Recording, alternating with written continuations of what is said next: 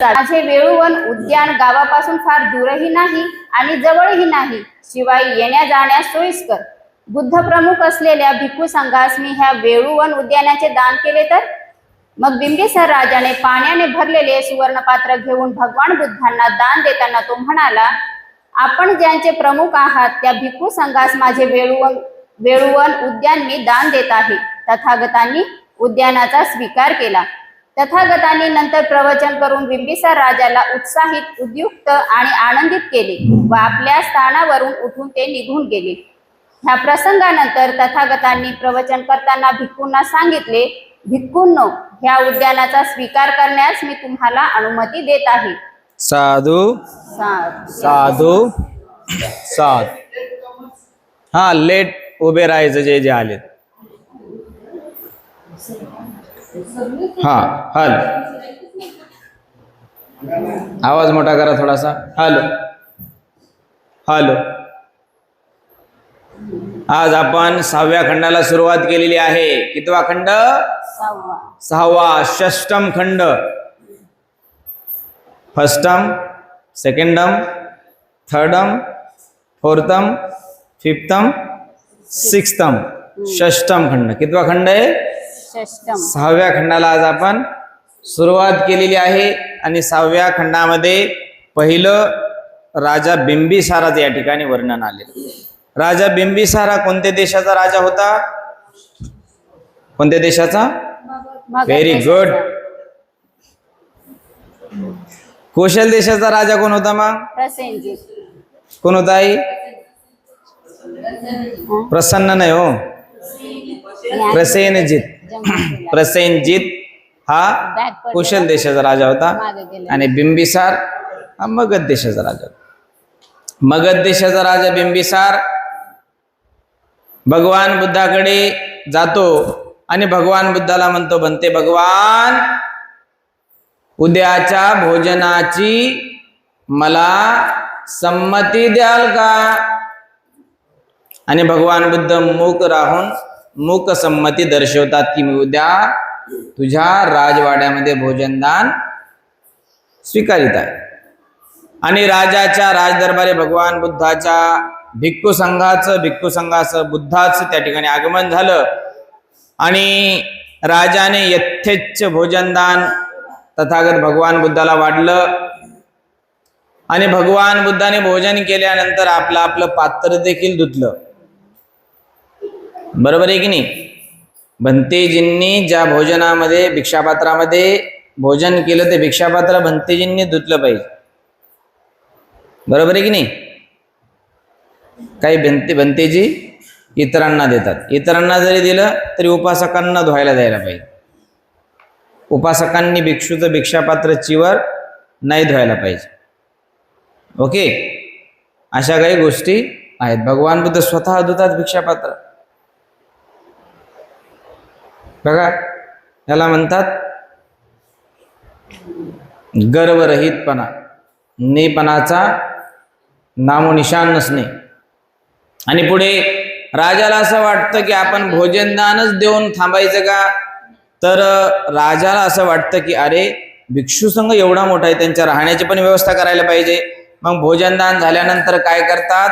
राजा काय म्हणतो, बनते भगवान, माझा हा वेळुवनाचा खूप मोठा पट्टा आहे आणि या ठिकाणी तर भिक्खू संघ राहू शकतो, यथेच्छ ध्यान करू शकतो, साधना करू शकतो, विश्राम, आराम, थोडासा निद्रा सुख घेऊ शकतो. आणि असं शांतमय ठिकाण कोणतं आहे? माझं वेळुवन. म्हणून भगवान बुद्धाला म्हणतो, बनते भगवान, मी तुम्हाला आज हे वेळुवन माझ्या वतीने दान करीत आहे. अशा पद्धतीने राजाने दान दिलं. वेळुवन कोणी दान दिलं? जेतवन कोणी दान दिलं? अनाथ पिंडकाने. जेतवन अनाथ पिंडकाने. पूर्वाराम कोणी दिलं? पूर्वाराम कोणी दिलं? विशाखाने. विशाखाने. बरोबर आहे की नाही? आम्रवन कोणी दिलं? आम्रपालीने. आणि जीवकने पण दिलं. जीवकाने पण आम्रवन दिलं. आम्रपालीने आम्रवन दिलं. आणि हे कोणतं वन आहे? वेळूवन. हे अजिंठावन कोणी दिलं? अजिंठ्यातल्या लोकांनी दिलं, बरोबर ना? सगळ्यांचा सहभाग आहे ना, एकाच आहे का? सगळ्यांनी दिलं. पुढे अनाथ पिंडिकाचं दान काय आपण बघूया. अनाथ पिंडकाचे दान. अनाथ पिंडिक दीक्षा घेतल्यानंतर एकदा तथागतांकडे गेला. त्यांच्या उजव्या बाजूस आसनस्थ झाल्यावर तो म्हणाला, भगवान, आपणास माहिती आहे का, धनधान्य समृद्ध आणि शांतीपूर्ण अशा श्रावस्तीत मी वास्तव्य करीत आहे. तिथे प्रसेनजित राजा अधिकारावर आहे. तिथे एक विहार बांधावा अशी माझी मनीषा आहे. आपण कृपा करून श्रावस्तीत यावे आणि विहाराच्या दानाचा स्वीकार करावा. तथागताने मुग्ध राहून दान ग्रहणास संमती दर्शवली. निराधारांचा मित्र आणि अनाथांचा आश्रयदाता असा तो अनाथ पिंडिक घरी परतताना राजकुमार जेताचे हरित वृक्षवाटिकांनी आणि निर्मल जलप्रवाहांनी परिपूर्ण असलेले उद्यान त्याच्या दृष्टीस पडले. तेव्हा त्याने विचार केला, हे रमणीय परिपूर्ण असलेले उद्यान त्याच्या दृष्टीस पडले. तेव्हा त्याने ते विचार केला, हे रमणीय स्थान तथागतांच्या भिक्खू संघासाठी योजलेल्या विहारासाठी अनुरूप आहे. आणि मग तो राजकुमाराकडे गेला आणि ते उद्यान विकत घेण्याची अनुज्ञा मागितली. राजकुमार ते उद्यान विकण्यास तयार नव्हता, कारण त्याला फार मोल वाटे. प्रथमतः त्याने नकार दर्शवला, पण अखेरीस तो म्हणाला, या सर्व भूमीवर जर तू सुवर्ण मुद्रा पसरशील तरच फक्त तुला ते मिळेल. अनाथ पिंडिक आनंदित झाला आणि सुवर्ण मुद्रा पसरण्यास त्याने सुरुवात केली.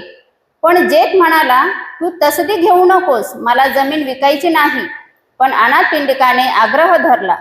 त्यांच्यात वादावादी सुरू होऊन प्रकरण न्यायाधीशाकडे गेलं.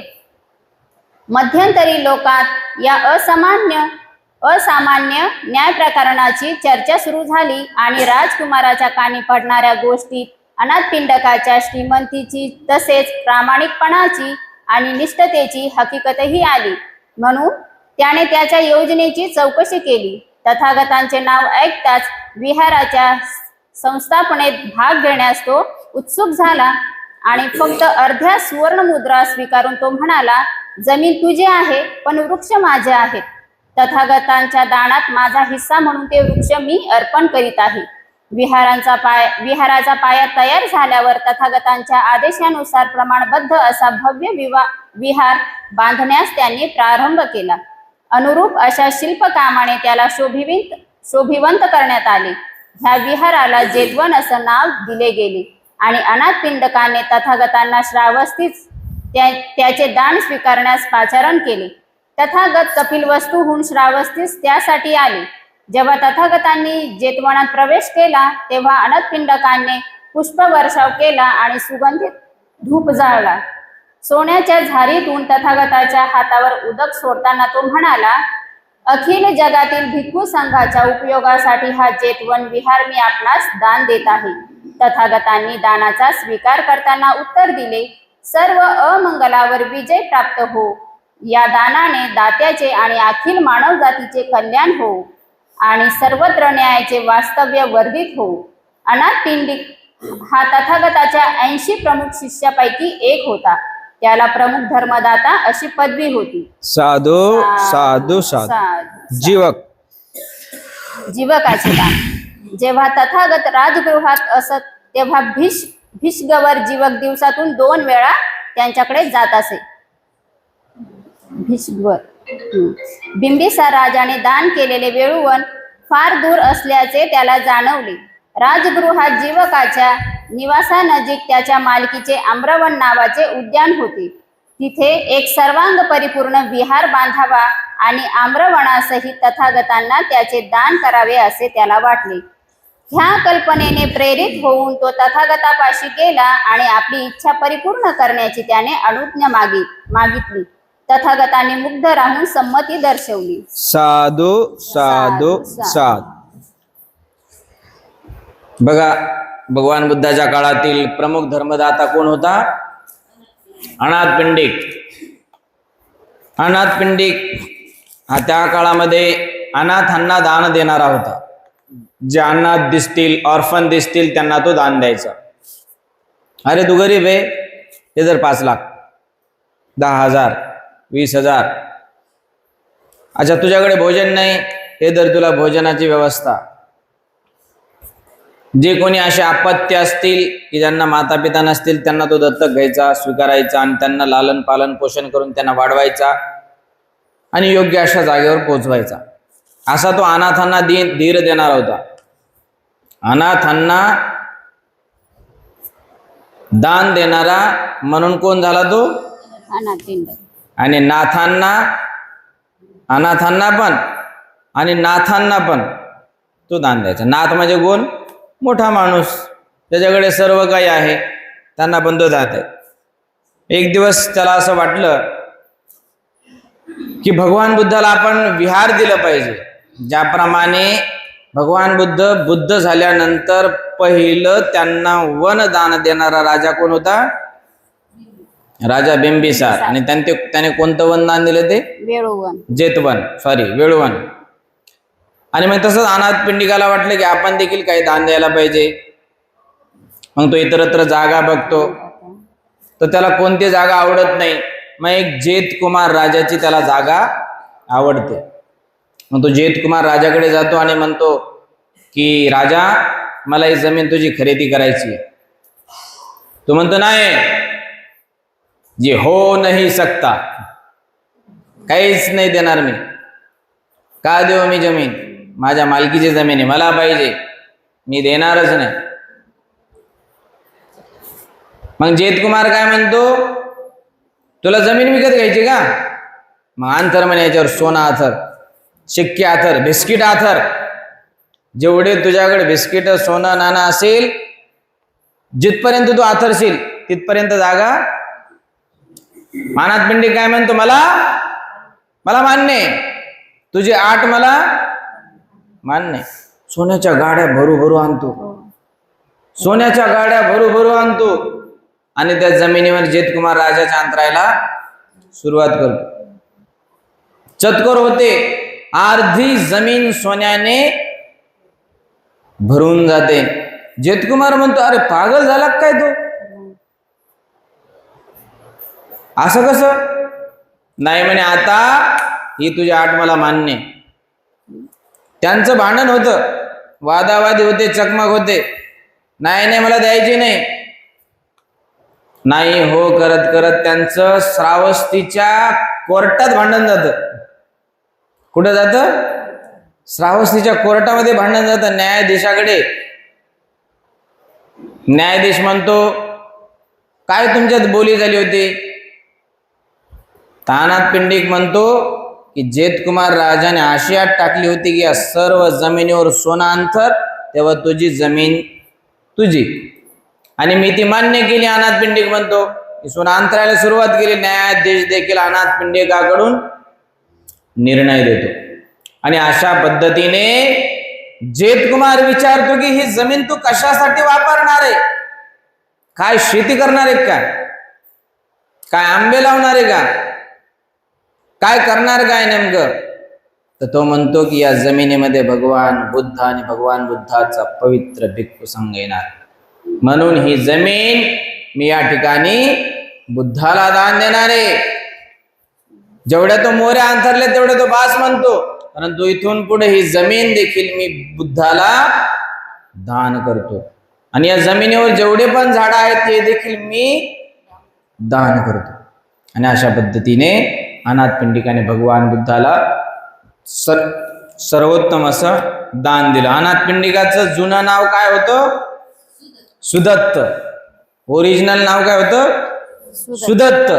पण तो अनाथांना दान द्यायचा म्हणून त्याचं नंतर नाव काय पडलं? अनाथ पिंडिक. जीवक.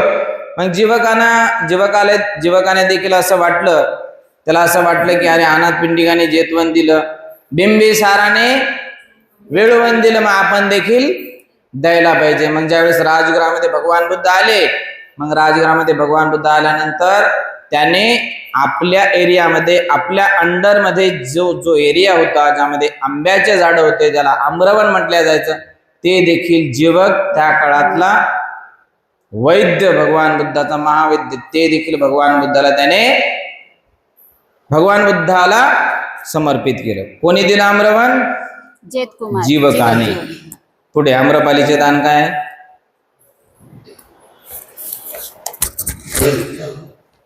आम्रपालीचे दान. तथागत नादिकामध्ये राहिले असताना त्यांना दुसऱ्या ठिकाणी जावेसे वाटले. त्यांनी आनंदाला हाक मारली आणि म्हटले, चल आनंदा, आपण वैशालीला जाऊया. बरं तर संमती दर्शवून तथागतांना आनंद म्हणाला. नंतर महाभिक्खू संघासहित तथागत वैशालीकडे निघाले. तिथे आम्रपालीच्या आम्रवनात तथागत वास्तव्यास गेले. तथागत वैशालीस आले असून आपल्या आम्रवनात राहिले आहेत असे गणिका आम्रपालीला समजले. तिथे पुष्कळ शासकीय वाहने मागवून त्यापैकी एका स्वतः आरूढ होऊन वैशालीहून आपल्या परिवारासह ती आम्रवनाकडे निघाली. जिथपर्यंत रथ जाऊ शकला तिथपर्यंत ती रथातून गेली. मग खाली उतरून तथागत जिथे होते त्या स्थानापर्यंत पायाने चालत जाऊन जवळ गेल्यावर तिने त्यांना अभिवादन केले आणि ती एका बाजूस बसली. ती तशी बसल्यानंतर तथागतांनी तिला धर्मोपदेश केला. नंतर तथागतांना उद्देशून ती बोलली, भगवान, भिक्खू संघासहित उदयीत मजकडे भोजनास येतील काय?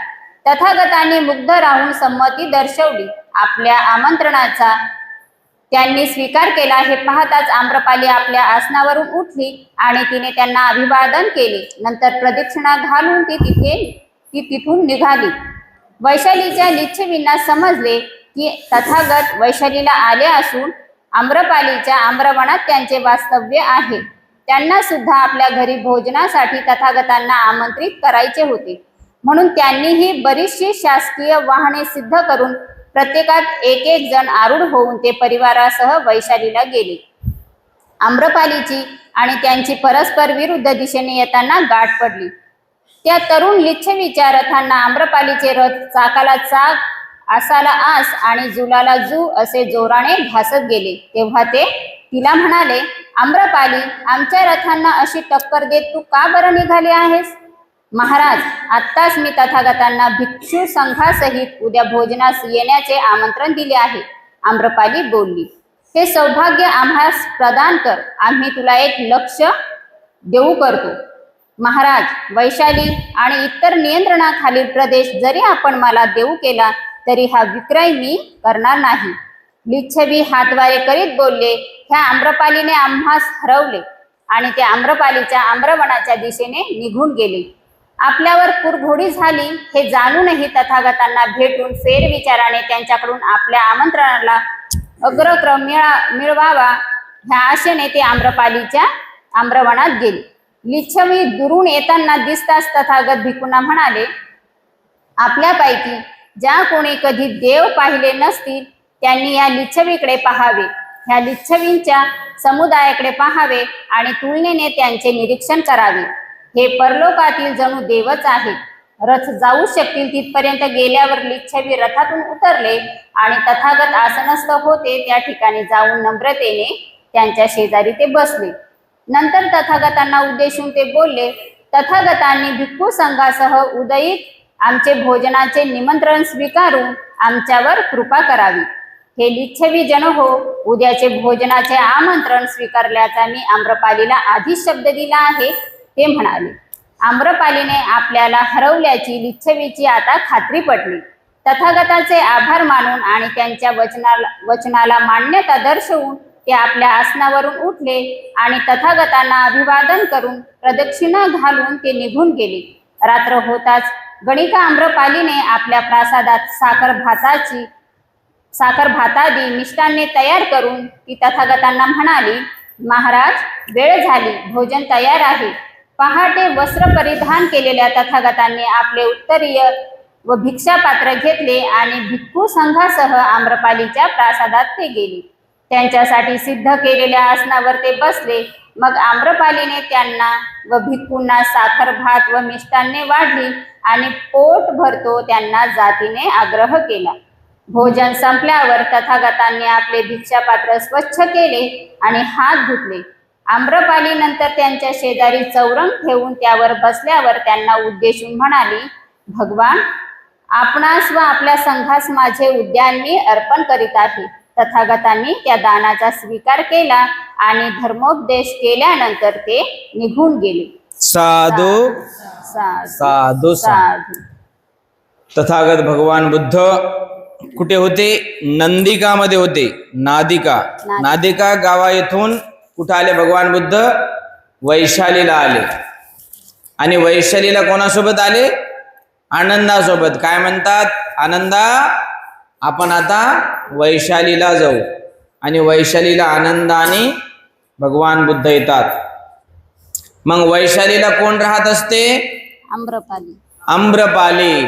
मग तिला असं वाटतं की अरे, आपल्या वैशालीच्या आम्रवनामध्ये भगवान बुद्ध आलेले आहेत आणि भगवान बुद्धांना आपण भोजनदान दिलं पाहिजे. या उद्देशानं काय करते ती? भगवान बुद्धाकडे जाते आणि म्हणते, भगवान, माझं भोजनदान स्वीकार करा. माझं भोजनदान स्वीकार करा. भगवान बुद्ध मूक संमती देऊन तिचं भोजनदान स्वीकार करतात. आणि भोजनदानाचा निमंत्रण देऊन ते परतीच्या प्रवासाला लागते, घरी जायला निघते. मग त्यावेळेस वाटेतच तिला लिच्छवीचे राजे दिसतात, लिच्छवी लोक दिसतात. एकदम थाटा माटात, एकदम सुंदर स्वच्छ भव्य दिव्य अशा रथामध्ये बसून लिच्छवी भगवान बुद्धाकडे जातात. आणि कशासाठी जातात ते? भगवान बुद्धाला उद्याचं भोजनदान देण्याचं निमंत्रण देण्यासाठी जातात. मग त्यावेळेस आलं का? कशाला?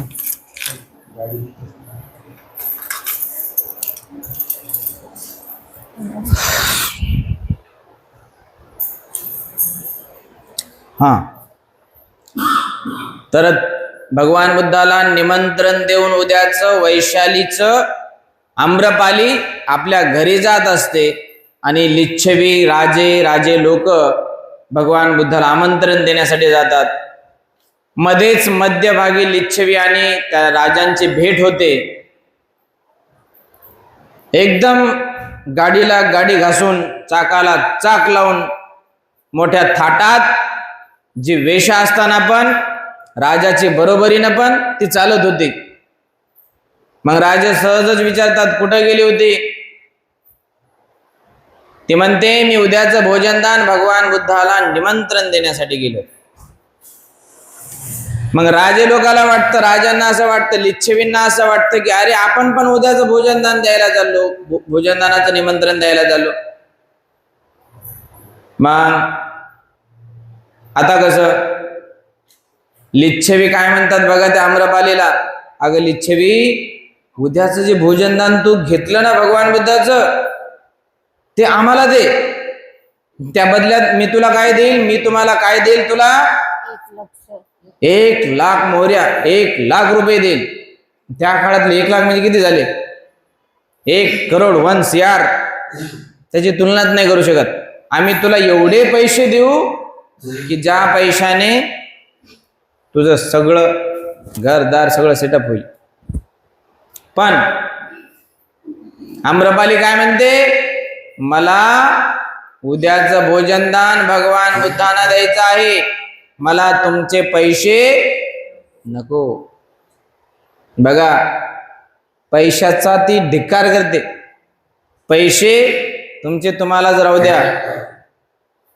आणि ज्यावेळेस मग अशी त्यांची शाब्दिक चकमक होते, आम्रपाली आपल्या निवासस्थानी पोहोचते आणि लिच्छवी भगवान बुद्धाकडे पोहोचतात आणि म्हणतात की बनते भगवान, उद्याचं भोजनदान आमचं स्वीकार करा.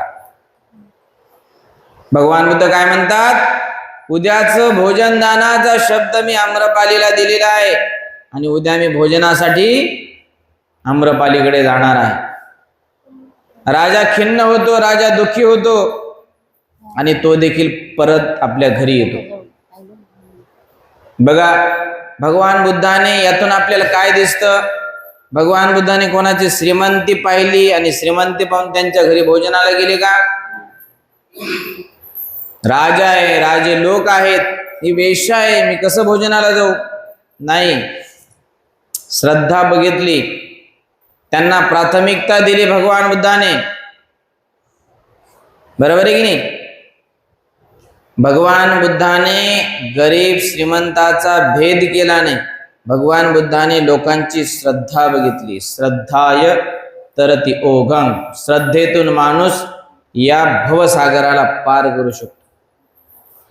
मग आम्रपालीच्या त्या आम्रवनामध्ये भगवान बुद्ध भोजन करतात आणि भोजन झाल्यानंतर भगवान बुद्धाला ती आम्रपाली आम्रवनाचं दान करते. कोणत्या वनाचं दान करते? आम्रवनाचं दान करते. भगवान बुद्ध आणि भगवान बुद्धाच्या भिक्खू संघाचं भोजन तयार होतं आणि तयार झाल्यानंतर भगवान बुद्धाला याचना करते की म्हणते, भगवान आपल्या भोजनाचा योग्य वेळ झालेला आहे, आपण भोजन ग्रहण करा, अशी म्हणते आम्रपाली. आपण कसं म्हणतो?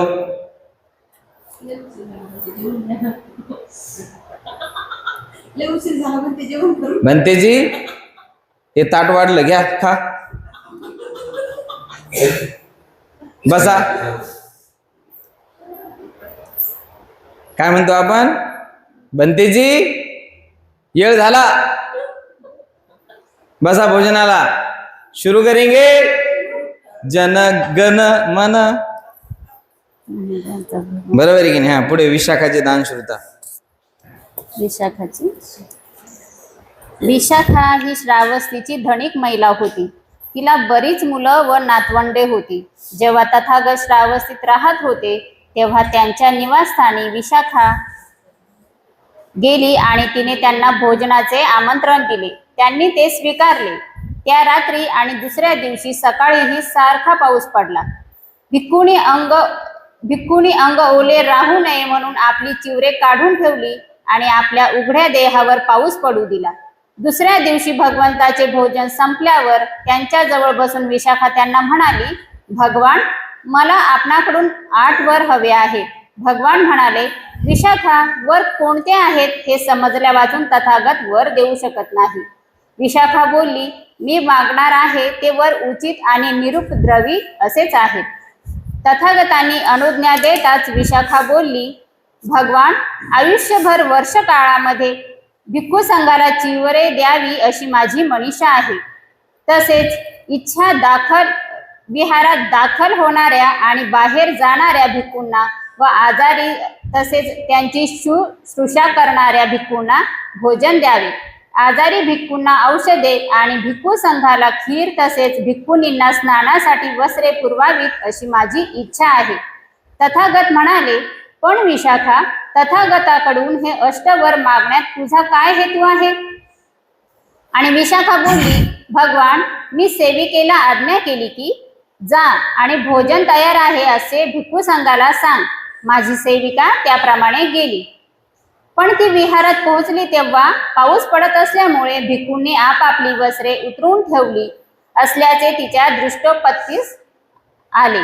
तिला असे वाटले की ते भिक्खू नसून पावसात देह भिजवून घेणारे कुणी नग्न तपस्वी आहेत, म्हणून ती परतली.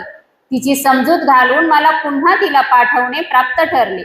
भगवान, नग्नता आणि अपवित्र आणि किळसवाणी असते. ह्यामुळेच संघाला आजन्म वर्षावासास उपयुक्त अशी वस्त्रे द्यावीत अशी मी इच्छा प्रकट केली. माझ्या दुसऱ्या वराबद्दल सांगायचे म्हणजे दुरून येणारे भिक्खू सरळ आणि मार्ग अपरिचित असल्यामुळे आणि भिक्षा उपलब्ध होईल असे गाव माहीत नसल्यामुळे भिक्षा मिळवताना वाटेत थकून जातात. भगवान, ह्यामुळेच विहारात येणाऱ्या भिक्खूंची आजन्म भोजनाची व्यवस्था करावी अशी माझी इच्छा आहे. तिसरं म्हणजे बाहेर जाणारा भिक्खू भिक्षा मिळवता मिळवता कदाचित मागे पडेल अथवा जाण्याच्या ठिकाणी उशिरा पोहोचेल. साहजिकच मार्ग काढता काढता तो थकून जाईल. चौथे म्हणजे रुग्ण भिक्खूला आवश्यक अन्न मिळाले नाही तर त्याचा आजार वाढेल आणि कदाचित त्याचा अंतही होईल. पाचवं म्हणजे रुग्णाची शुश्रूषा करणाऱ्या भिक्खूला बाहेर जाऊन भिक्षा मिळवण्यास सवड मिळणार नाही. सहावं म्हणजे रुग्ण भिक्खूला आवश्यक औषध प्राप्त झाले नाही तर त्याचा आजार वाढेल आणि कदाचित त्याचा अंतही होईल. सातवं म्हणजे भगवान, आपण खिरीची प्रशंसा केली आहे की तिच्यामुळे बुद्धी तल्लख होते, भूक तहान शमते, निरोगी माणसास ती पौष्टिक आणि रुग्णास पथ्यकारक ठरते. म्हणून आजन्म संघास खीर पुरवावी अशी माझी मनीषा आहे. शेवटचं म्हणजे भगवान अचिरावती नदीत भिक्खुणी गणिका समवेत विवस्त्रावस्थेत तटापाशी स्नान करीत असतात. गणिका त्यावेळी त्यांना खिजवतात आणि बोलतात, तारुण्यात पवित्र राखण्यात काय फायदा, वृद्धापकाळी पावित्र राखा म्हणजे दोन्ही साधे. भगवान नग्नता ही स्त्रीच्या बाबतीत अपवित्र, किळसवाणी आणि तिटकारा आणणारी गोष्ट आहे.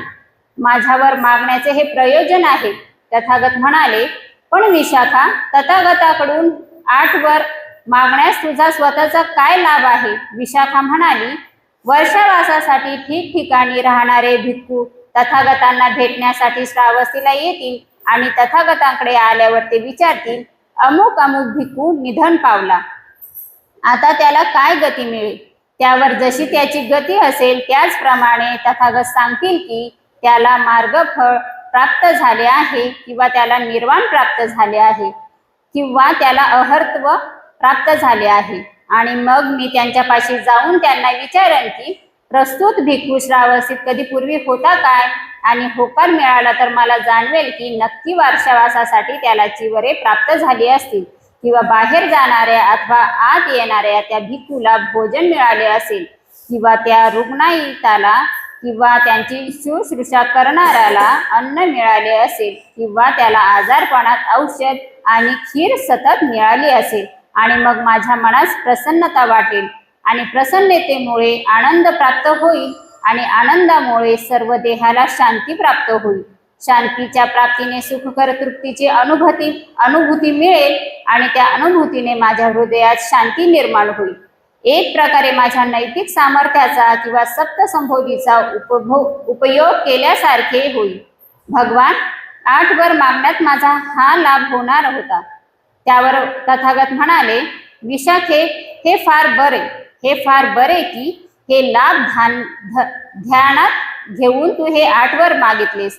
जे पात्र आहेत त्यांना दान करणे हे सुपीक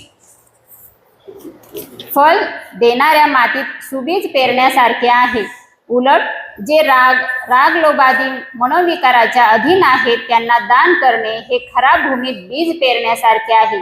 दानाचा स्वीकार करण्याचे मनोविकार गुणविकासास कुंठित करून टाकतात. त्यानंतर तथागतांनी पुढील शब्दात विशाखेचे आभार मानले.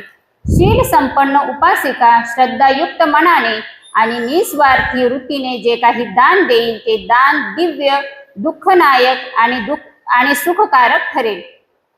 अपवित्रता आणि कलंक ह्यापासून मुक्त असलेल्या मार्गाने जीवन कंठित असताना सुखी जीवन तिला प्राप्त होईल. सत्प्रवृत्तीमुळे तिला सुख मिळेल आणि आपल्या दातृत्वाने तिला आनंद प्राप्त होईल. विशाखेने पूर्वाराम विहार संघास दान दिला आणि उपासिकांमध्ये व्यवस्थापिका होण्याचा बहुमान तिला लाभला. साधू साधू साधू.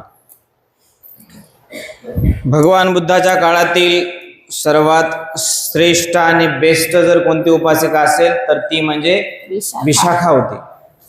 भगवान बुद्धाच्या काळामध्ये अनेक उपासिका होत्या.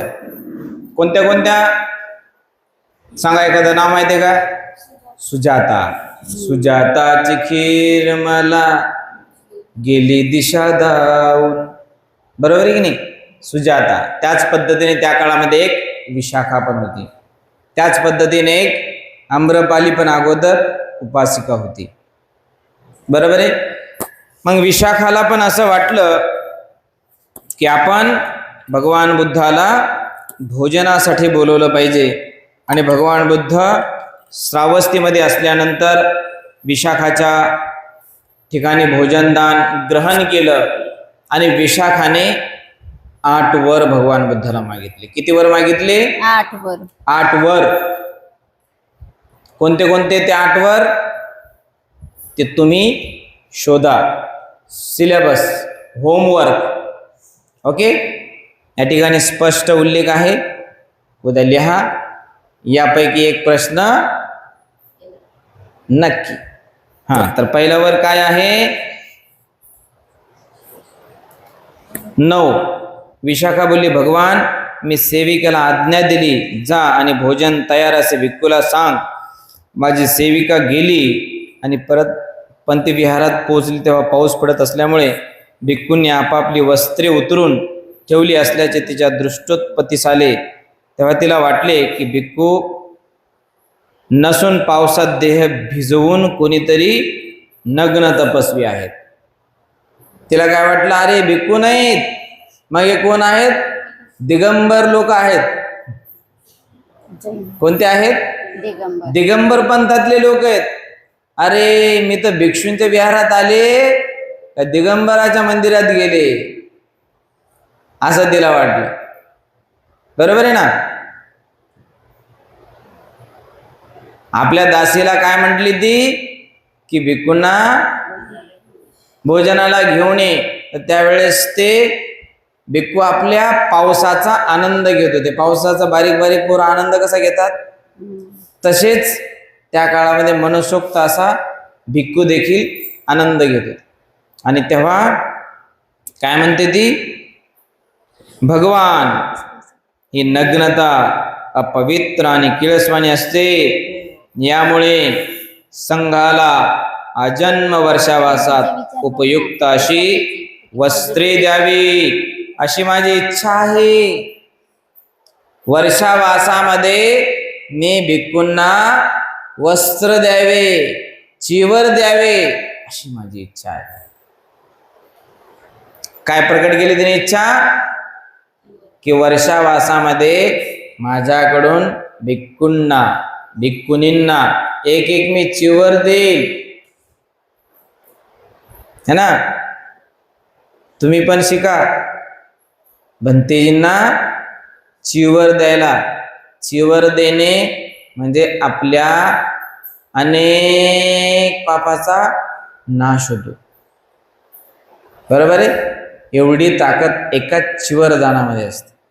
भोजन दान, चिवर दान, औषधांचं दान आणि शयनाचं दान, है ना? वर्षावास समाप्तीनंतर सगळे चिवर देतात, पण वर्षावासामध्ये देखील चिवर आपण द्यायला पाहिजे. आणि फार पुण्य होतं. असं नाही की भंतेच्या विहारातलंच घेऊन द्यावं असं म्हणत नाही मी. तुम्हाला जिथं चिवर मिळेल तिथून तुम्ही घ्या आणि चिवरदान अवश्य द्यायला पाहिजे. तुम्हाला त्याचा एक वेगळा आनंद होईल, है ना? बरोबर. तुम्ही घरी आलेल्या पाहुण्याला कपडे लत्ते करता की नाही? करता ना? मग आम्हाला कोण कपडे करणार? असं आहे. म्हणून भिक्षूंना चिवरदान दिल्याचं श्रेष्ठ असं पुण्य भगवान बुद्ध म्हणतात. आणि तिला पण असं वाटतं की आपण भिक्षूंना चिवर द्यायला पाहिजे. म्हणून तिने पहिली अट काय घातली की मी भिक्षूंना चिवरदान देईन. दुसरी अट काय, भिक्खू सरळ मार्ग अपरिचित असल्यामुळे आणि भिक्षा उपलब्ध होईल असे माहीत नसल्यामुळे भिक्षा मिळविताना वाटेत थकून जातात. तर भगवान यामुळे विहारात येणाऱ्या भिक्खूंची अजन्म भोजनाची मी व्यवस्था करीन. जिथून कुठून भिक्षू येतील, पूर्वेकडून येऊ की पश्चिमेकडून, दक्षिणेकडून येऊ की उत्तरेकडून, या सर्व भिक्खूंना मी भोजन दान देण्याची व्यवस्था केली. तिसरं काय, बाहेर जाणारा भिक्खू भिक्षा मिळवता कदाचित मागे पडेल अथवा जाण्याच्या ठिकाणी उशिरा पोहोचेल. साहजिकच मार्ग काढता काढता तो थकून जाईल. त्यांना देखील मी भोजन दान देण्याची इच्छा प्रकट करते. चौथावर काय, रुग्ण भिक्खूला आवश्यक अन्न मिळाले नाही तर त्याचा आजार वाढतो आणि कदाचित त्याचा मृत्यूही होतो.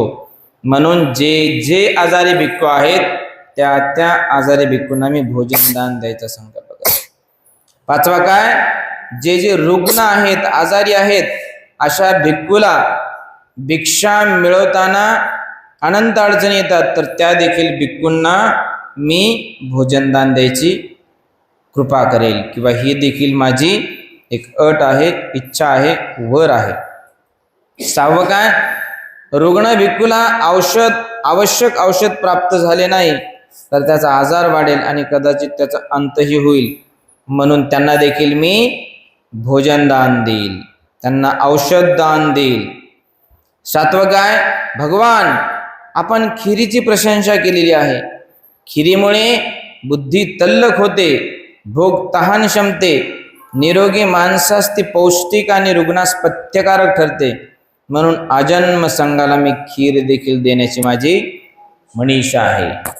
आठवा करा वर काय आहे, भगवान अचिरवती नदीत भिक्खुनी गणिकान वेशांसोबत विवस्त्र निर्वस्त्र अवस्थेमध्ये स्नान करीत असतात.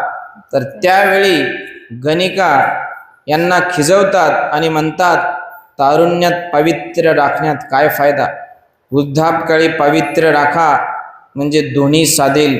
भगवान नग्नता ही स्त्रीच्या बाबतीत अपवित्र आणि किळसवाणी आहे, म्हणून मी भिक्खुनींना देखील वरदान देते. बघा त्या काळामध्ये देखील भिक्खुनी अचिरवती नदी किनारी आंघोळीसाठी जायच्या. त्यावेळेस त्या ठिकाणी वेशा गणिका देखील यायच्या.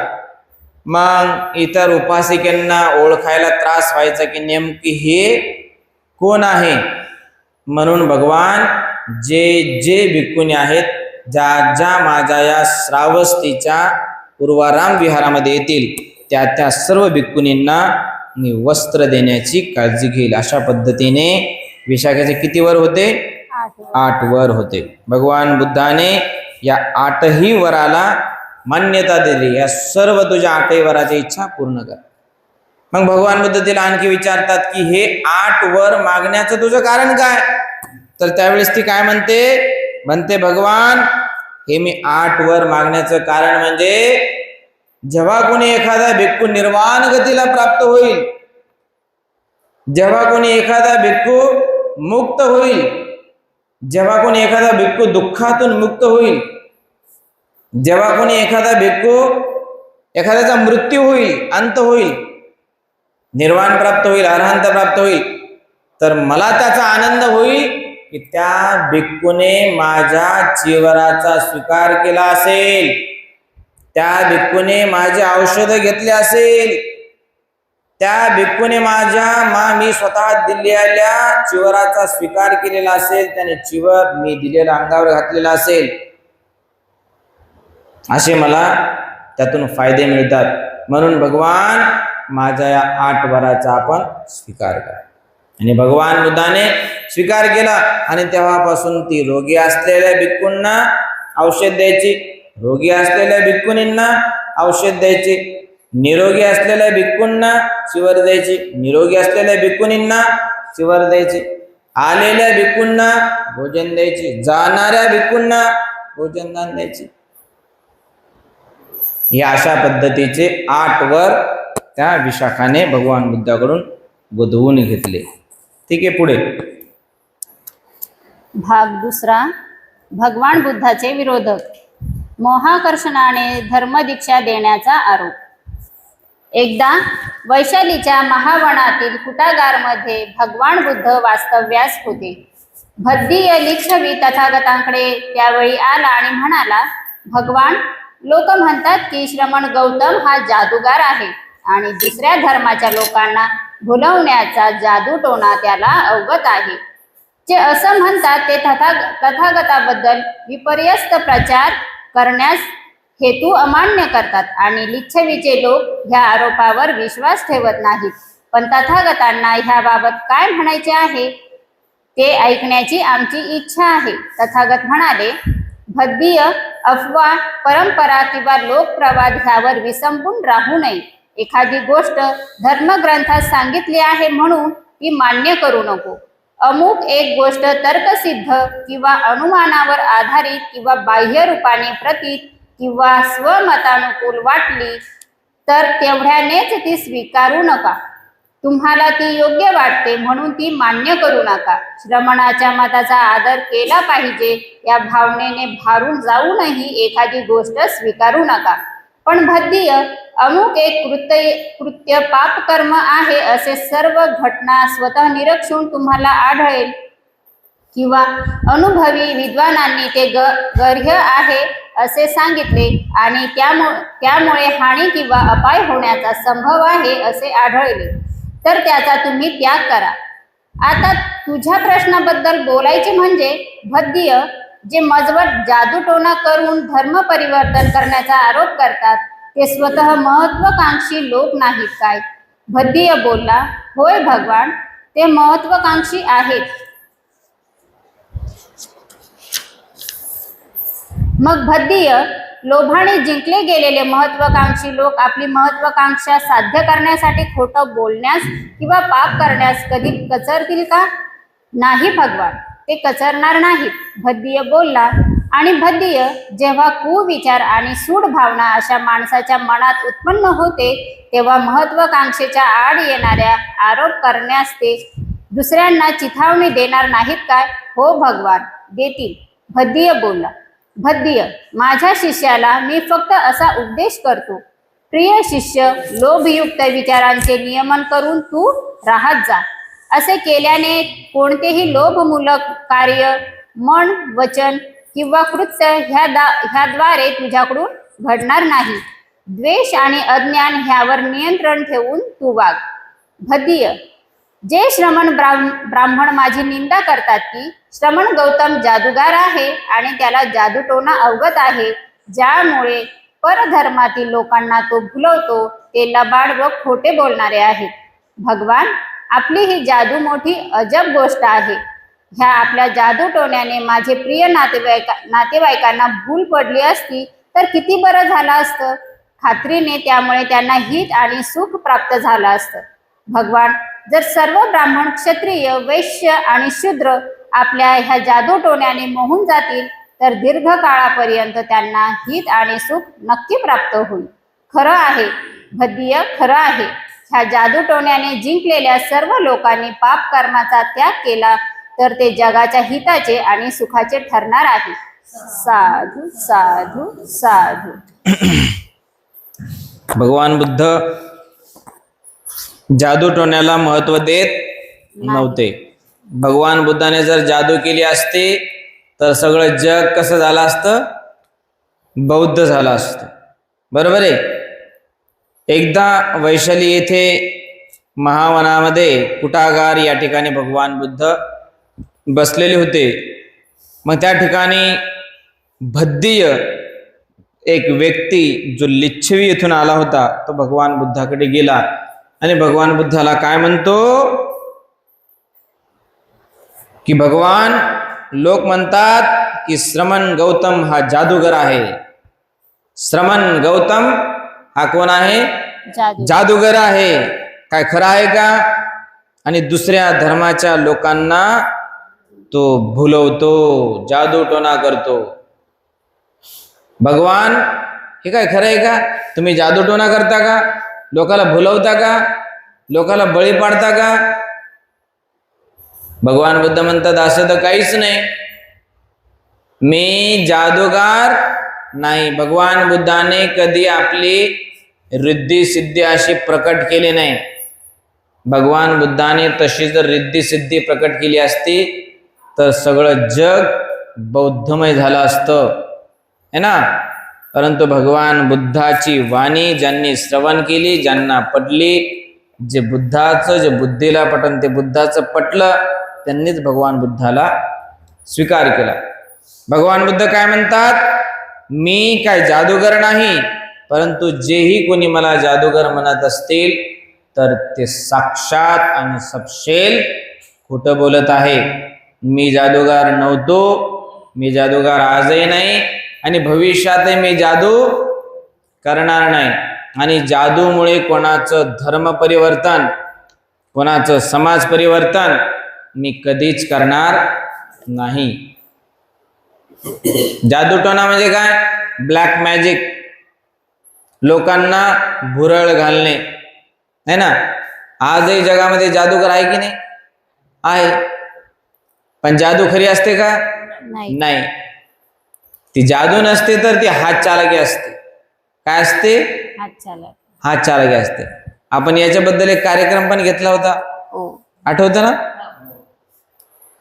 ऑगस्ट महिन्यामध्ये अंधश्रद्धा निर्मूलन समितीचा आपण कार्यक्रम घेतला होता आणि त्यातून आपण लोकांना काय सिद्ध करायचा प्रयत्न केला की जगामध्ये जादू, आणि त्यांनी विशेष काय सांगितलं होतं की ज्या ठिकाणी कोणी जादूगार असेल आणि खरी जर जादू करणार असेल तर त्यांना त्याने किती लाखाचं बक्षीस देऊ केलं होतं? 5 लाखाचं. 20 लाख. जर तुमची जादू खरी असेल तर तुम्हाला आमच्याकडून 20 लाख रुपयाचं बक्षीस. तेव्हापासून एकही जादूगर महाराष्ट्रामध्ये त्यांना सापडला नाही. ही अशी परिस्थिती आहे. भगवान बुद्धाने कधी जादू लोकांना दाखवली नाही. ठीक आहे, पुढे परोपजीवी असल्याचा आरोप. भगवान बुद्ध हे परोपजीवी असल्याचा आरोप केला जात असे. ते कष्ट करून स्वतःची उपजीविका न करता दुसऱ्यावर आपल्या जीवनाचा भार टाकतात असे म्हणण्यात येत असे. आरोप आणि तथागताचे त्यावर उत्तर खालीलप्रमाणे आहे. एकदा भगवान बुद्ध मगध देशातील दक्षिणगिरी प्रांतातील एक नाला नामक ब्राह्मणाच्या गावात राहत होते. त्यावेळी कृषी भारद्वाजाचे 500 नांगर शेतीसाठी जोडले जात होते. पहाटे लवकर चिवर घालून आणि भिक्षापात्र घेऊन ज्या ठिकाणी ब्राह्मण काम करीत होता त्या ठिकाणी तथागत गेले. त्यावेळी तिथे भोजनही आणण्यात आले होते. तथागत एका बाजूला उभे राहिले. ते भिक्षेसाठी उभे राहिले आहेत असे पाहून ब्राह्मण म्हणाला, श्रमण, मी नांगरतो, बी पेरतो आणि मगच मी खातो. तुम्ही सुद्धा प्रथम नांगरले पाहिजे, बी पेरलं पाहिजे आणि मग खाल्लं पाहिजे. ब्राह्मणा, मीही खाण्यापूर्वी नांगरतो आणि बी पेरतो. श्रमण गौतमाचा नांगर, जू, फाळ, पराणी किंवा बैल जोडी कधी मी पाहिली नाही, तरी आपण म्हणता की मी खाण्यापूर्वी नांगरतो आणि बी पेरतो. तुम्ही कृषीवल असल्याचा दावा करता, पण तुमची कसलेली जमीन तर कुठे दिसत नाही. तुम्ही कशी शेती करता ते मला ऐकायचं आहे. श्रद्धा हे माझं बीज, तपस्या ही वर्षा आणि प्रज्ञा हे जू आणि नांगर, पापभिरुती हा दंड, विचार ही जू बांधण्याची दोरी आणि दक्षता हा नांगर, फाळ आणि पराणी. तथागतांनी उत्तर दिले, वचन आणि कर्म ह्यामध्ये दक्षता व भोजनात संयम ठेवून निरुपयोगी गवतापासून मी शेतीला जपतो आणि अंतिम आनंदाचे पीक उगवेपर्यंत मी सतत खपत असतो. प्रयत्न हा माझा पुष्ट बैल आहे, जो खडबडीत जमिनीला कचरत नाही आणि सरळ शांतीच्या मार्गाने जिथे दुःखाचा लवलेशही नसतो त्या अंतिम स्थानी मला तो घेऊन जातो. हे ऐकल्यावर ब्राह्मणाने काश्याच्या पात्रात खीर घालून ती भगवान बुद्धांना अर्पण केली आणि तो बोलला, श्रमण गौतम, हिचा स्वीकार करा. खरोखरच आपण कृषीवल आहात. आपण अमृताचे पीक काढता. तथागत त्यावर बोलले, पुरोहितासारखी मी दक्षिणा घेत नाही. सिद्ध पुरुष अशा वृत्तीचे समर्थन करीत नाहीत. तथागतांना तर ती सर्वस्वी निषिद्ध आहे. जोपर्यंत धर्म विद्यमान आहे तोपर्यंत ती प्रथा टिकलीच पाहिजे. एखाद्या पवित्र, शांत, प्रवीण आणि सत्प्रवृत्त श्रमण ब्राह्मणास ते दे, त्याने तुला पुण्य लाभ होईल. तथागतांचे हे शब्द ऐकून तो ब्राह्मण त्यांच्याकडे गेला आणि त्यांच्या चरणी मस्तक ठेवून बोलला, श्रमण गौतम, अद्भुत, खरोखरच हे अद्भुत आहे. जसा एखादा माणूस एखादी पडलेली वस्तू पुन्हा उभी करतो किंवा एखादे गुह्य प्रकट करतो किंवा एखाद्या अतपतित पुरुषाला उपदेश करतो किंवा एखादी गुह्य गोष्ट सांगतो किंवा एखाद्या पथभ्रष्ट माणसाला योग्य मार्गदर्शन करतो किंवा डोळस माणसाला सभोवतालचे जग दिसावे म्हणून अंधारात दीप पेटवून आणतो, तसेच तथागतांनी नाना प्रकारांनी आपला धर्म स्पष्ट करून सांगितला. बुद्ध, धम्म आणि संघ यांचा आश्रय मी स्वीकारतो. तथागतांनी मला प्रव्रज्या आणि उपसंपदा देण्याचा अनुग्रह करावा. अशा प्रकारे कृषीवल भारद्वाजाने प्रव्रज्या व उपसंपदा ग्रहण केली. साधू साधू साधू साधू. पुढचं पण वाचा. सुखी संसार उद्ध्वस्त केल्याचा आरोप. सुखी संसार उद्ध्वस्त केल्याचा आरोप. मगध देशातील पुष्कळ थोर तरुण सरदार पुत्र तथागतांचे शिष्य झालेले पाहून लोक रागावले आणि चिडले. ते बोलू लागले, श्रमण गौतम माता पितांना निसंतान बनवित आहे. श्रमण गौतम विवाहित स्त्रियांना विधवा बनवत आहे. श्रमण गौतम कुटुंबाचा नाश करीत आहे. त्यांनी 1,000 जटिलांना दीक्षा दिली. संजयाच्या 250 अनुयायांना त्यांनी दीक्षा दिली. मगध देशातील पुष्कळ थोर तरुण कुलवंत श्रमण गौतमाच्या नादी लागून पवित्र जीवन व्यतीत करत आहे. आता पुढे काय होईल हे सांगता येणार नाही. आणि जेव्हा त्याच्या दृष्टीस भिक्खू पडतात तेव्हा ते त्यांना असे चिडवतात, महाश्रमण मगध देशी राजगृहात संजयाच्या सर्व अनुयायासह आले आहेत. आता आणखी कोणाच्या वाटेला ते जाणार. भिक्खूच्या कानी हे आरोप पडले आणि त्यांनी ते तथागतांना निवेदित केले. तथागत म्हणाले, हा गदारोळ फार दिवस टिकणार नाही. फक्त 1 सप्ताहच तो टिकेल. सप्ताहानंतर सर्व काही शांत होईल. आणि जर ते तुम्हाला चिडवू लागले तर त्यांना सांगा की जे महावीर आहेत, जे तथागत आहेत, ते सद्धर्माच्या मार्गाने जातात. जर विद्वान पुरुष लोकांना सन्मार्गाने नेऊ लागले तर त्यात तक्रार करण्यासारखं काय आहे. माझ्या धम्मात कसल्याच जबरदस्तीला स्थान नाही. वाटल्यास कुणी गृहत्याग करावा किंवा गृहस्थ राहून परिव्रज्या घ्यावी. भिक्खूंनी जेव्हा टीकाकारांना तथागताचे हे शब्द सांगितले तेव्हा त्यांना समजून चुकले की शाक्यपुत्र श्रमण लोकांना सन्मार्गानेच नेत आहेत, कुमार्गाने नव्हे. आणि मग त्यांनी तथागतांना दोष देण्याचं थांबवलं. साधू साधू साधू. पुढे पण वाचा. जैन तीर्थक जैन तीर्थक आणि प्राणघाताचा आरोप. तीर्थकांना वाटू लागलं की श्रमण गौतमाच्या प्रभावामुळे लोक आता आपणास आदर दर्शवित नाहीत. एवढेच नव्हे तर आपल्या अस्तित्वाची देखील त्यांना जाणीव दिसत नाही. तीर्थकांनी विचार केला, त्याचा प्रभाव नाहीसा करण्यासाठी काहीतरी उपाय केला पाहिजे. कुणाचे तरी सहाय्य घेतलं पाहिजे. सुंदरीच्या मदतीने ते काम यशस्वी होऊ शकेल. ते सुंदरीकडे गेले आणि तिला म्हणाले, भगिनी, तू अत्यंत सुंदर आणि आकर्षक आहेस. श्रमण गौतमाबद्दल तू जर कुवार्ता पसरू केलीस तर लोक तिच्यावर विश्वास ठेवतील आणि त्यामुळे त्यांचा प्रभाव कमी होईल. दररोज सायंकाळी जेव्हा जेतवनाहून शहराकडे लोक परत येत त्यावेळी हातात पुष्पमाला, कर्पूर आणि सुगंध घेऊन जेतवनाकडे सुंदरी जात असे. परतणारे लोक विचारित, सुंदरी कुठे जातेस? त्यावर ती उत्तर देत असे, मी श्रमण गौतमाकडे त्यांच्या गंधकुटीत राहण्यास चालले आहे. तीर्थकाच्या उद्यानात रात्र घालून प्रातकाल होताच ती तिथून परतत असे. जे कोणी तिला विचारतात की रात्रभर तू कुठे होतीस, त्यांना ती सांगत असे, श्रमण गौतमाकडे. काही दिवसानंतर तीर्थकांनी मारेकरी बोलावून त्यांना सांगितले, सुंदरीला ठार मारा आणि गौतमाच्या गंधकुटीजवळ कचरापट्टीत तिचा देह फेकून द्या. मारेकरांनी त्याप्रमाणे केले. त्यानंतर तीर्थकांनी सरकारी न्यायाधिकाऱ्याकडे तक्रार केली की सुंदरी जेतवनात जात असे आणि आता ती कुठं दिसत नाही.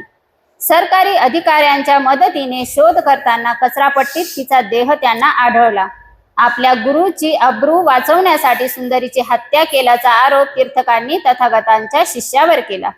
सुंदरीची हत्या केल्याबद्दल मिळालेल्या धनाची वाटणी मारेकरू दारूच्या गुत्त्यात करीत असताना आपापसात भांडू लागले.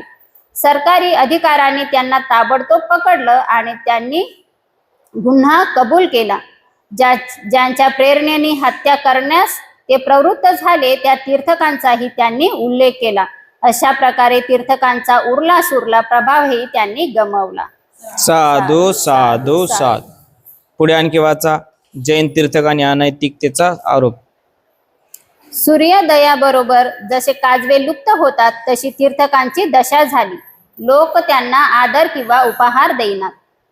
राजरस्त्यावर उभे राहून ते बोलू लागले, जर श्रमण गौतम बुद्ध असतील तर आम्ही आहोत.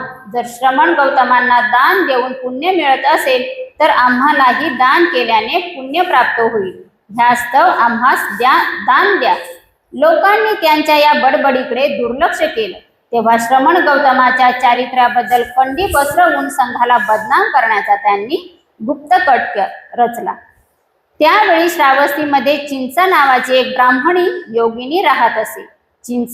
तिचा देह आणि रूप आकर्षक होते. आपल्या अंग विक्षेपाने ती प्रभाव निर्माण करू शकेल. तीर्थकापैकी एका कुटील तीर्थकाने सुचवली की चिंचाच्या सहाय्याने गौतमाबद्दल कंडी उठवून त्याला बदनाम करणे सुलभ होईल. बाकीच्या तीर्थकांनी ह्या सूचनेस संमती दर्शवली. एके दिवशी चिंचा तीर्थकाच्या उद्यानात आली आणि अभिवादन करून ती त्यांच्याजवळ बसली, पण कुणीही तिच्याशी बोललं नाही. ह्यामुळे चकित होऊन ती बोलली, मी काय अपराध केला आहे? 3दा मी आपणास अभिवादन केले, पण आपण शब्दही बोलत नाही. तीर्थक बोलले, भगिनी, तुला माहीत नाही का की आपल्या लोकप्रियतेमुळे श्रमण गौतम आम्हाला बाधक झाला आहे? नाही, मला माहीत नाही, पण ह्याबाबत मी काय करू शकेल का? भगिनी, जर तुला आमचं भलं करायचं असेल तर तू स्वतः गौतमाबद्दल काही कंड्या उठव, जेणेकरून त्याची लोकप्रियता नष्ट होईल. ठीक आहे, ह्या बाबतीत आपण निशंक राहा आणि सर्व मजवर सोपवा, असे म्हणून ती तिथून निघून गेली. स्त्री सुलभ आकर्षकलेत आणि नैसर्गिक सौंदर्य विशेषात चिंचा कुशल होती. श्रावस्तीचे नागरिक जेतवनाहून प्रवचन ऐकून परत येत त्यावेळी रक्तवस्त्र परिधान करून, सुगंध लेवून, हातात पुष्पमाला घेऊन चिंचा जेतवनाकडे जाण्यास निघे. जर कुणी तिला विचारलं, तू कुठे निघालीस? त्यावर ती उत्तर देई, तुला काय करायचे? जेतवनाजवळी कारामात रात्र घालून ती प्रातःकाळी शहराकडे परत येई. त्यावेळी भगवान बुद्धाच्या दर्शनासाठी नागरिक जेतवनाकडे जात असत. जर कुणी तिला विचारलं, तू रात्र कुठे व्यतीत केलीस? तर ती उत्तर देई, तुम्हाला काय करायचे? मी जेतवनात श्रमण गौतमाच्या गंधकुटीत त्यांच्याबरोबर रात्र घालवली. काही लोकांच्या मनात ह्या तिच्या उत्तरामुळे संदेह निर्माण होईल. 4 महिन्यानंतर आपल्या पोटावर जुनी चिरगुटे गुंडाळून त्याचा आकार वाढवून तिने सांगाव्यास सुरुवात केली की श्रमण गौतमापासून आपल्याला गर्भप्राप्ती झाली आहे. काही लोकांनी तिच्या या शब्दावर विश्वास ठेवला. 9व्या महिन्यात तिने एक लाकडाची फळी आपल्या पोटावर बांधली आणि कीटक दंशाने हात सुजवून घेऊन ज्या स्थानी भगवान बुद्ध भिक्खू व गृहस्थासमोर प्रवचन करत होते तिथे जाऊन ती म्हणाली, हे महान उपदेशक, आपण पुष्कळ लोकांना धर्मोपदेश करता. आपली वाणी मधुर आहे आणि आपले ओठ फार नाजूक आहेत. आपल्याशी संबंध येऊन मी गर्भवती झाले आणि माझा प्रसूती समय समीप आला आहे. आपण माझ्या प्रसूतीची काही व्यवस्था केलेली नाही. तसेच अडीअडचणीसाठी औषध पाण्याचीही काही सोय केलेली दिसत नाही. जर स्वतः तुम्हाला ही व्यवस्था करणे शक्य नसेल तर आपल्या शिष्यापैकी कौशल देशाचा राजा, अनाथपिंडिक किंवा विशाखा अशा कोणाला तरी ती करण्यास का सांगत नाही? कुमारिकांना वश कसे करावे हे आपणास माहीत आहे, पण त्या पायी होणाऱ्या अर्भकाचा परिपाल कसा करावा हे मात्र आपणास माहीत नाही. उपस्थित श्रोतवर्ग तटस्थ झाला होता. आपले प्रवचन अर्धवट सोडून अत्यंत संयमाने गंभीर स्वरात भगवान बुद्ध बोलले, हे भगिनी, तू जे काही आता सांगितलेस त्याची सत्यता फक्त आपणा दोघातच माहीत आहे. चिंचा जोरजोराने खोकत म्हणाली, होय गुरुवर्य, असली गोष्ट फक्त आपणा उभयतासच माहीत असणे संभाव्य आहे. तिच्या खोकल्यामुळे पोटावर बांधलेल्या फळीच्या दोराची गाठ सैल होऊन ती फळी सरकून तिच्या पायाशी पडली. चिंचा ह्यामुळे अस्वस्थ झाली. लोकांनी तिला काठ्यांनी आणि दगडांनी मारून तिथून हाकलून दिले. साधू साधू साधू साध. बघा, भगवान बुद्ध झाल्यानंतर भगवान बुद्धाचे जेवढे समर्थक होते, तर समर्थक असल्यानंतर त्यांना विरोधक पण असतात ना, बरोबर आहे की नाही? एखादी एक्झिस्टिंग पार्टी असते आणि त्याच पार्टीला अपोजिशन पार्टी असते, अपोनंट असते, आहे की नाही? मग तसंच भगवान बुद्धाचं वैभव इतकं वाढलं होतं, ते लोकांच्या डोळ्यात सळत होतं, है ना? मग भगवान बुद्धाला कसं पाडायचं, भगवान बुद्धाची सिद्धी प्रसिद्धी कशी हाणून पाडायची, यासाठी कोणी कोणी प्रयत्न केले? चिंचाने, सुंदरीने आणि कोणी देवदत्ताने, आणखी कोणी, की त्या काळातल्या आजीवक लोकांनी असा प्रयत्न केला. आजीवक कोण? जैन. भगवान बुद्धाची प्रसिद्धी एवढी वाढली, त्यामुळं मग आजीवक लोकांचा नाश होऊ लागला. बरोबर आहे. पहिल्या याच्यामध्ये एक ब्राह्मण, कसे भारद्वाज ब्राह्मण असतो. भगवान बुद्ध त्याच्या शेता शेजारी येतात आणि म्हणतात, भगवान बुद्ध भिक्षापात्र घेऊन होते आणि भिक्षापात्र घेऊन भगवान बुद्ध उभे राहिले. तो ब्राह्मण काय म्हणतो, मी पण बी पेरतो आणि नंतरच मी त्याचं झाड बनल्यानंतर किंवा पेरल्यानंतरच मला खायला मिळतं. मग तसंच तुम्ही पण करा, जसं मी करतो तसं तुम्ही करा. तर भगवान बुद्ध काय म्हणतात, मी देखील नांगरतो, पेरतो आणि जे नंतर उगवतं ते नंतर मी खातो. मग तो ब्राह्मण म्हणतो, काय तुम्ही पेरताना दिसत नाही राव, नांगरताना तर कधीच दिसले नाही, तुमच्याकडे तर नांगर नाही, वक्कर नाही, काहीच नाही. तर भगवान बुद्ध त्याला काय उत्तर देतात, श्रद्धा हे माझं बीज आहे, मी पेरतो कसं खातो कसं बघ, श्रद्धा हे माझं बीज आहे. श्रद्धा काय आहे? बीज आहे. तपस्या हा माझा त्या बीजावर पडणारा पाऊस आहे. काय आहे? पाऊस आहे. प्रज्ञा हे माझं जू आणि नांगर आहे आणि पाप भिरुता हा दंड, विचार ही जू बांधण्याची दोरी आणि दक्षता हा नांगर फाळ.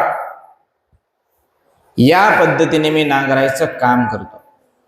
मी फुकटचं खातो का? नाही. मी हरामाचा खातो का? नाही. बुद्ध हरामाचा खात होते का? बुद्धाचे शिष्य हरामाचा खात होते का? तसंच आम्ही देखील हरामाचं फुकटचं खातो का? नाही. त्या बदल्यात आम्ही देखील तुम्हाला 4 गोष्टी 2 गोष्टी ज्ञानाच्या सांगतो, मगच खातो. दिलं तर खातो, नाही तर ठेवतो. बरोबर आहे की नाही? आणि ब्राह्मणाला ते पटलं, भगवान बुद्धाने जे सांगितलं ते पटलं आणि मग ब्राह्मण भगवान बुद्धाचा आजीवन एक श्रमण शिष्य झाला. बरोबर आहे. उपसंपदा द्या म्हणतो भगवान, मला उपसंपदा करा. बघा, भगवान बुद्धाची जशी प्रसिद्धी वाढली त्याच पद्धतीने त्यांची निंदा पण वाढलीच ना, आहे की नाही? प्रशंसा पाठीमागे निंदा धावत असते आणि निंदेच्या पाठीमाग प्रशंसा पण धावत असते. उन्हाच्या पाठीमाग सावली. सावली असते आणि सावलीच्या पाठीमाग ऊन पण असते. सुखापाठोपाठ दुःख. आणि दुःखापाठोपाठ सुख. सुख पण येतं.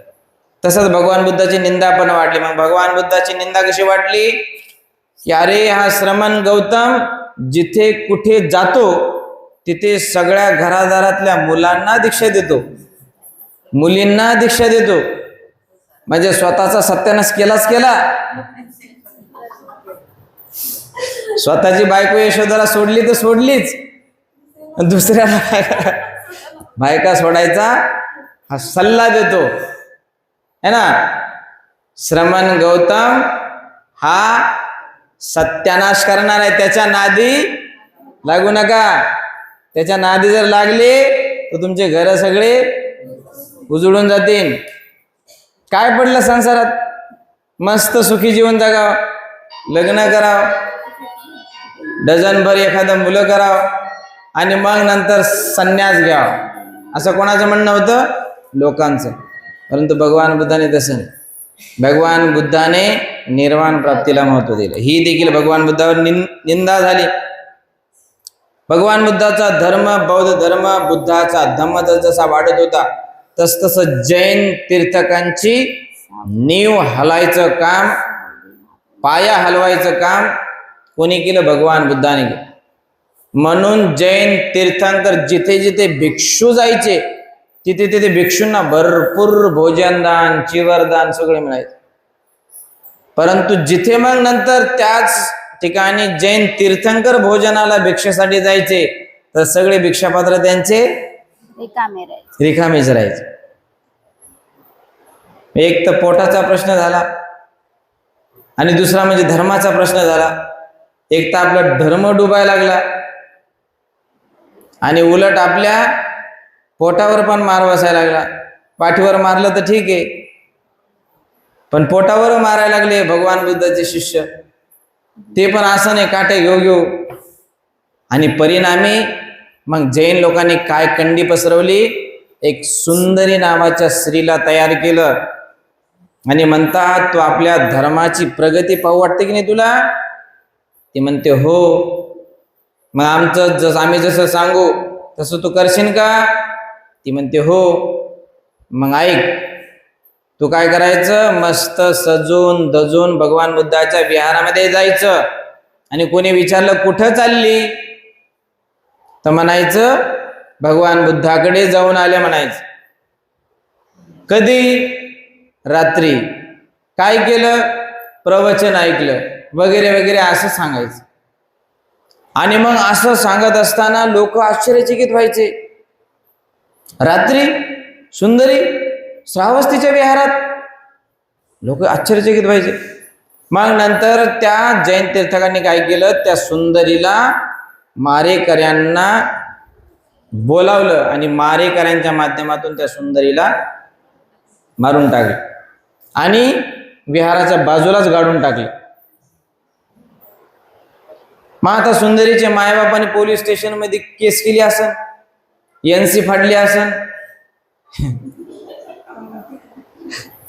एफआरआय झाला असेल, पंचनामा झाला असेल, 4-5 पोलीस आले असेल आणि पंचनामामध्ये है ना बरीच काही इन्व्हेस्टिगेशन, विटनेस टेस्टिमनी, रिपोर्ट झाला आणि परिणामी मग झाला असं की सुंदरी का मेली, कुठं गेली, तर मग कुठं गेली, कुठं गाडली, तर मग सगळीकडे इकडं तिकडं पसरलं की अरे ही सुंदरी का आणि श्रावस्तीच्या विहाराच्या बाजूला आणि तुकडे तुकडे गाडून टाकले. हे कोणी केलं विहाराच्या बाजूला आहे म्हणून? बुद्धाच्या शिष्यानेच केलं. असं कोणी केलं? भगवान बुद्धाच्या शिष्याने केलं. पण मग जेव्हा हे मारेकरी त्या श्रावस्तीच्या विहाराला हे असं तोडून ते तुकडे फेकून देतात आणि मारेकरी मग मस्त दारू पित असतात. मग दारू पिताना त्यांची पार्टी होत असते. 1 लाखभराची त्यांची सुपारी असेल, 5 लाखाची धरा, 5 मारेकरी धरा, एकाला किती येतात? 1 लाख. एक मारेकरी जरा हुशार होता, चॅप्टर होता, माकडासारखा, 2 मांजरीच्या भांडणात तिसऱ्याला जसा लाभ होतो त्याच पद्धतीने मारेकरी दारू पित असताना त्यांचे भांडणं लागले. तुला जास्त पैसे आले, तुला जास्त पैसे, मला कमी आले रे.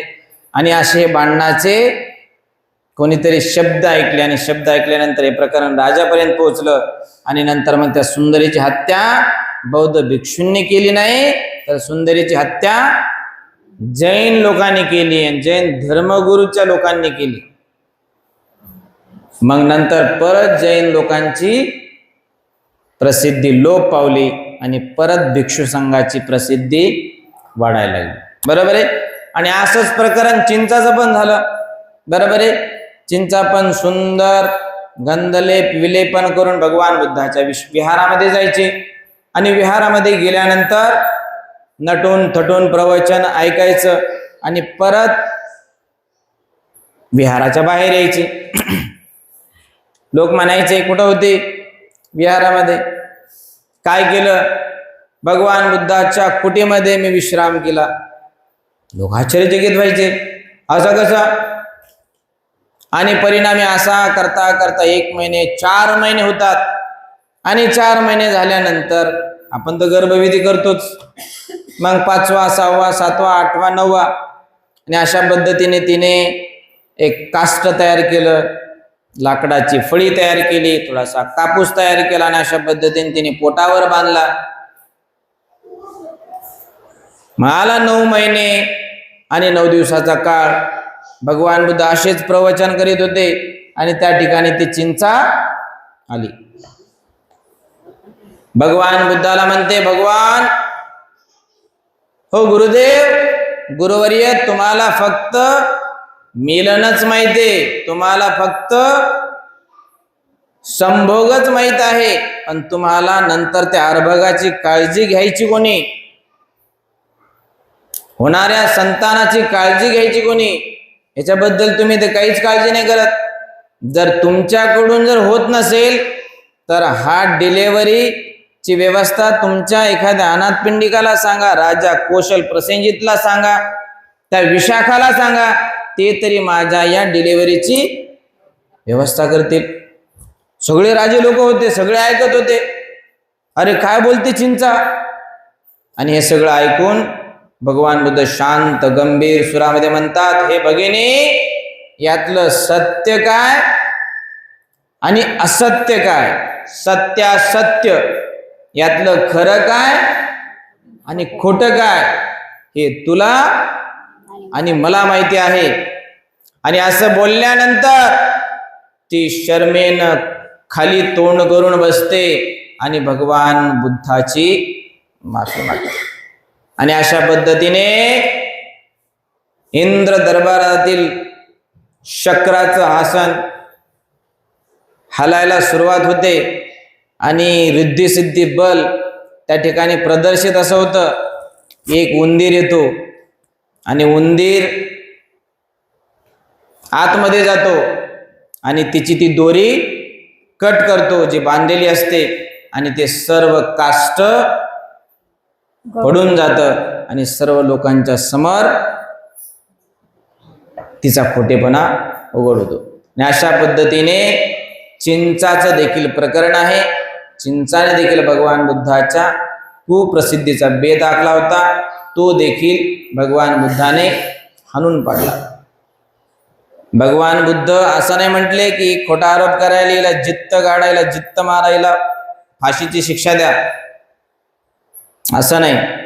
भगवान बुद्ध जे सांगायचे ते सांगू पण शकले असते, आणि भगवान बुद्धाच्या मनामध्ये करुणा उत्पन्न झाली. कत्वान कठ्ठमुदरं इव गब्बिनीया चिंचाय दुष्ट वचनं जनकाय मज्जे संतेन सोम विधिना जितवा मुनिंदो तं तेजसा भवतु ते जय मंगलाने. भगवान बुद्धाने आपल्या शांतीने, मैत्री बलाने चिंचाला देखील जिंकलं, शांतीने देखील जिंकलं. असं नाही, अशांतीने नाही, रागाने नाही, क्रोधाने नाही. म्हणून शांतीने कोणतेही काम होतात.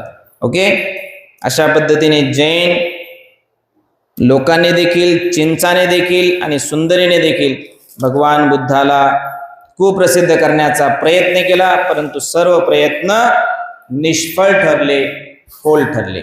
आज आपण इथेच थांबूया, उद्या आपण देवदत्त बघूया. साधू भवतो सर्वमंगलं रक्षन्तु सर्वदेवता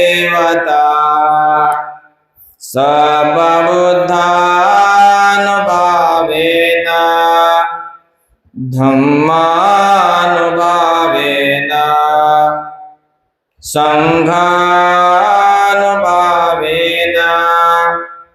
सदा सुखी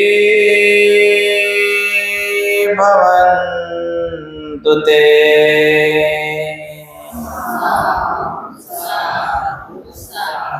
बुद्धं नमामि, धम्मं नमामि, संघं नमामि.